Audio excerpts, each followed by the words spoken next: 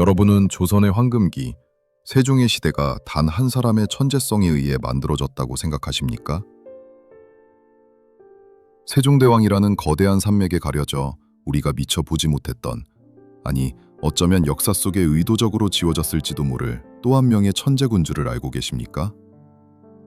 오늘 우리는 조선 제5대 왕 문종에 대해 이야기하려 합니다. 그는 단순히 병약해서 일찍 죽은 왕 혹은 반종의 비극적인 아버지가 아닙니다. 30년에 가까운 세자 기간 동안 세종의 모든 업적을 실무적으로 완성하고 즉위 후에는 조선의 법도와 국방의 기틀을 완벽하게 재설계하려 했던 세종의 버금가는 혹은 어떤 면에서는 아버지를 뛰어넘었던 준비된 군주였습니다. 만약 그가 단 10년만 더 살았더라면 조선은 우리가 아는 역사와 전혀 다른 길을 걸었을 것입니다. 성군 세종이 신뢰했던 가장 완벽한 파트너이자 조선의 시간을 앞당기려 했던 비운의 천재. 지금껏 우리가 알지 못했던 문종의 진짜 모습과 그가 꿈꿨던 조선의 청사진을 지금 바로 공개합니다. 1414년, 조선 왕실은 큰 경사를 맞이합니다. 세종과 소원왕후 사이에서 첫째 아들 이양이 태어난 것입니다. 그는 태종의 손자로서 조선 왕실 역사상 처음으로 적장자라는 완벽한 정통성을 타고난 인물이었습니다. 하지만 향에게 쏟아진 기대는 비단 정통성 때문만이 아니었습니다. 그는 자라면서 성인 못지않은 총명함과 수려한 외모로 모두를 놀라게 했습니다. 기록에 따르면 풍채가 당당하고 눈썹이 짙었으며 특히 수염이 길고 아름다워 신하들은 그를 보며 전설 속의 현자를 마주한 듯한 경외심을 느꼈다고 합니다. 외모보다 더 놀라운 것은 그의 지적 역량이었습니다. 8살에 세자로 책봉된 이후 그는 조선 역사상 가장 혹독하고 완벽한 제왕 교육을 30년 가까이 섭렵했습니다. 세자 이양은 단순한 후계자가 아니었습니다. 그는 세종의 가장 가까운 조언자이자 공동 통치자였습니다. 우리가 세종의 업적으로 알고 있는 칠구기의 발명은 그 대표적인 예입니다. 가뭄으로 타들어가는 논밭을 보며 슬퍼하던 세자가 직접 궁궐들의 구멍을 파고 비의 양을 재던 창의적인 발상이 국가적인 과학 프로젝트로 발전한 것입니다. 그는 아버지의 뜻을 받들어 훈민정음 창제 과정에도 깊숙이 관여했으며 유교적 이상국가를 건설하기 위한 예치의 기틀을 함께 닦았습니다. 세종의 말년, 당뇨와 안질로 고생하던 아버지를 대신해 그는 8년 동안 대리청정을 수행합니다. 사군 육진의 개척 과정에서 여진족의 움직임을 파악하고 군사 보급로를 직접 챙긴 실질적인 사령관도 바로 이양이었습니다. 그는 책 속에 갇힌 유학자가 아니었습니다. 국정 전반을 꿰뚫어보고 군사와 과학의 접점을 찾아내려 했던 조선에서 가장 앞서 나갔던 실무형 천재였습니다.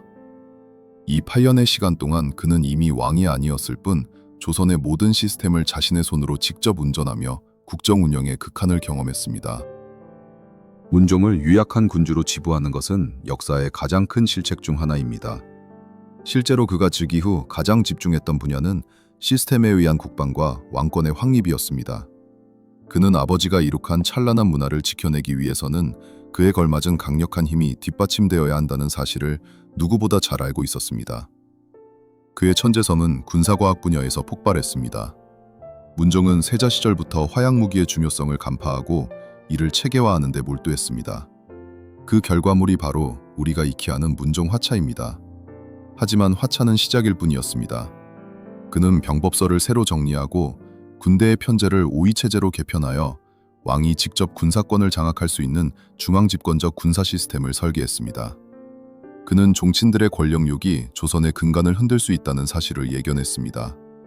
그래서 수양대군을 비롯한 동생들의 야심을 견제하기 위해 종친의 정치 개입을 엄격히 제한하고 대신 집현전 학사들과 소통하며 합리적인 정치를 추구했습니다.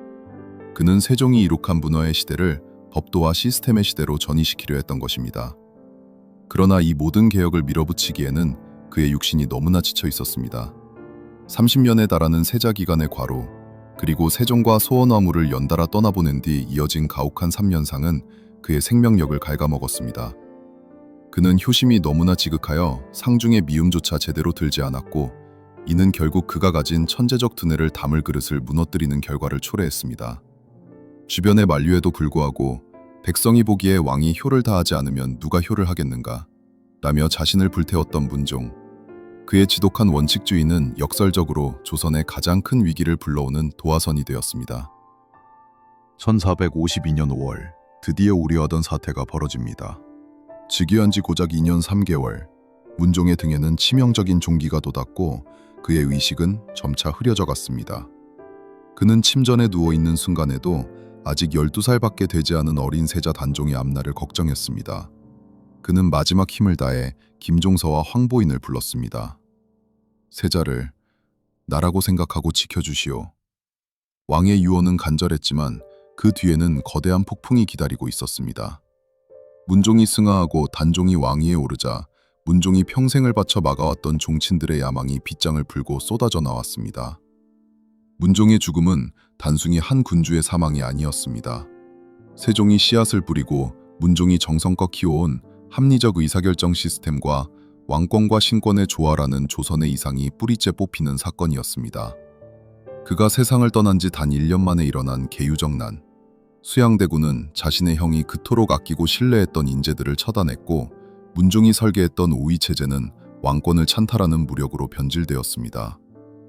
만약 문종이 조금만 더 살았더라면 어땠을까요?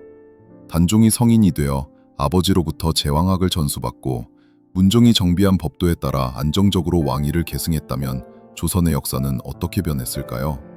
세조의 공포정치 대신 문종의 합리적인 개혁이 20년만 더 지속되었다면 조선은 성종시대에나 겨우 완성된 법전들을 훨씬 앞당겨 완성했을 것이며 북방정책과 과학기술은 단절없이 계승되어 동아시아에서 독보적인 위상을 차지했을 것입니다. 문종의 부재는 조선이 시스템의 국가로 안착할 수 있었던 가장 소중한 골든타임을 잃어버린 것을 의미했습니다. 우리는 오늘 조선에 가려진 태양, 문종의 생애를 통해 역사의 거대한 손실을 마주했습니다. 그는 아버지를 닮아 총명했고 할아버지를 닮아 단호했으며 누구보다 백성을 사랑했던 완성형 군주였습니다. 우리가 그를 단순히 비운의 왕으로 기억하는 것은 그가 우리 역사에 남기려 했던 거대한 유상에 대한 예의가 아닐지도 모릅니다. 문종이 꿈꿨던 조선은 사람의 변덕에 휘둘리는 나라가 아니라 법도와 시스템이 작동하는 탄탄한 나라였습니다. 비록 그의 육신은 짧게 머물다 갔지만 그가 대리청정 기간부터 공들여 만든 수많은 정책과 국방의 기틀은 훗날 조선이 수많은 위기 속에서도 500년을 버티게 한 보이지 않는 뿌리가 되었습니다. 이제 우리는 문종을 다시 평가해야 합니다.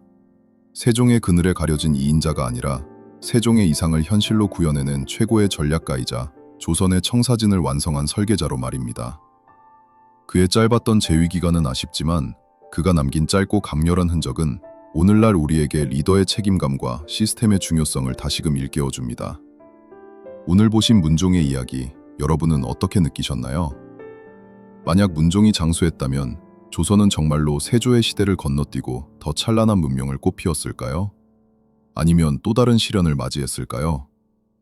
여러분의 역사적 상상력을 댓글로 나누어 주세요. 이 영상이 유익했다면 구독과 좋아요를 부탁드립니다. 여러분의 관심이 잊혀진 위대한 왕의 목소리를 되살리는 힘이 됩니다. 다음 시간에는 우리가 미처 알지 못했던 또 다른 역사의 이면, 그 흥미진진한 탐구의 여정을 이어가겠습니다. 시청해주셔서 감사합니다. 역사통찰이었습니다.